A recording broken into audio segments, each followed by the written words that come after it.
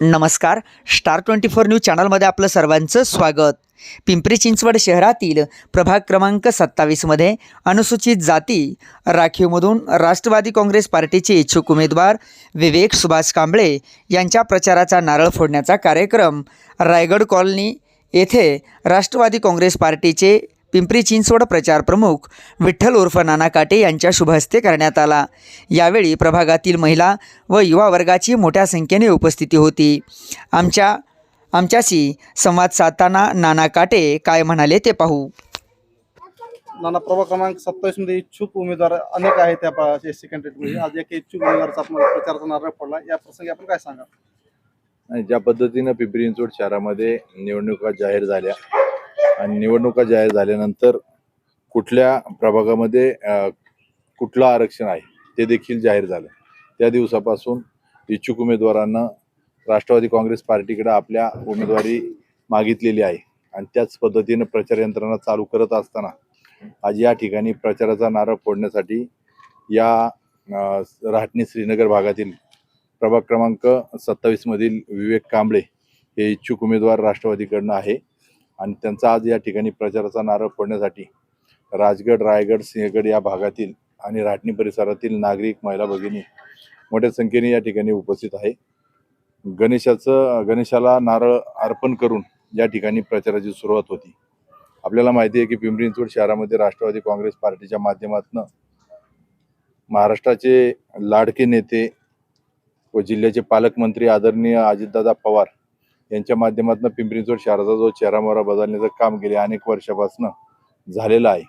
जी development या शहरात झालेली तीच डेव्हलपमेंट येणाऱ्या काळामध्ये या संपूर्ण शहरात चांगल्या पद्धतीने व्हावी या अनुषंगाने राष्ट्रवादी काँग्रेस पार्टीक जरी 500 ते 550 इच्छुकांनी आपली उमेदवारी अर्ज मागितलेला आहे तरी देखील न्याय द्यायचं काम फक्त 128च लोकांना होणार आहे.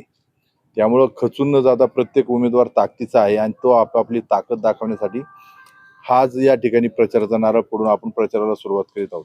प्रत्येकाचं जे मत आहे, प्रत्येकाचं आपापल्या भागात कर्तृत्व आहे किंवा प्रत्येक जण आपापल्या परीने मतदार राजापर्यंत पोहोचत आहे.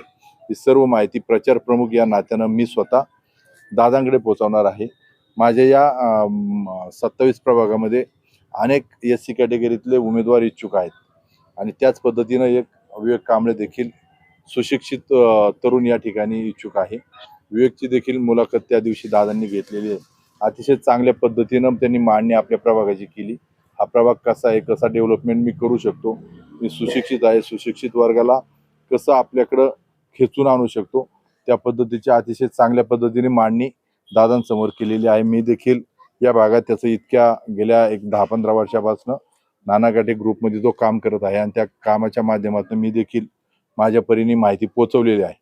शेवटी निर्णय हा पार्टी घेणार आहे, दादा घेणार आहे आणि ती दादांवर विश्वास ठेवून ही मंडळी या ठिकाणी प्रचाराला आज सुरुवात करीत आहे. मी विवेक आणि त्याच्या सर्व टीमला सांगू इच्छितो की दादा जो निर्णय देईन तो आपण मान्य करून राष्ट्रवादी काँग्रेस पार्टीच्या पाठीमागं ठामपणे उभे राहावे ही विनंती करतो. मतदार राजाला विनंती करतो की आपण राष्ट्रवादीवरती विश्वास ठेवावा.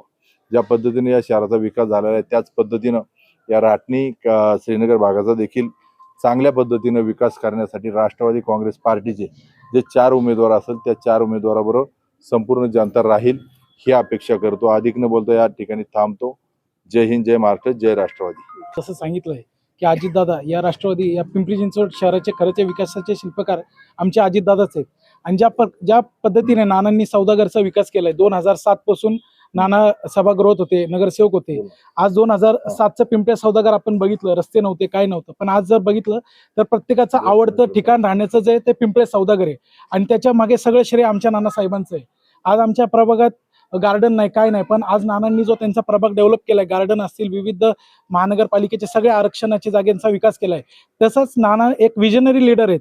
आम्ही नानांच्या मार्गदर्शनाखालीच राहटणीत परत एकदा जसा सौदागरचा विकास झालाय तसाच पूर्ण चिंचवड विधानसभेचा विकास आम्ही नानासाहेबांच्या मार्गदर्शनाखाली करण्यासाठी आम्ही आता तयारीला लागलोय.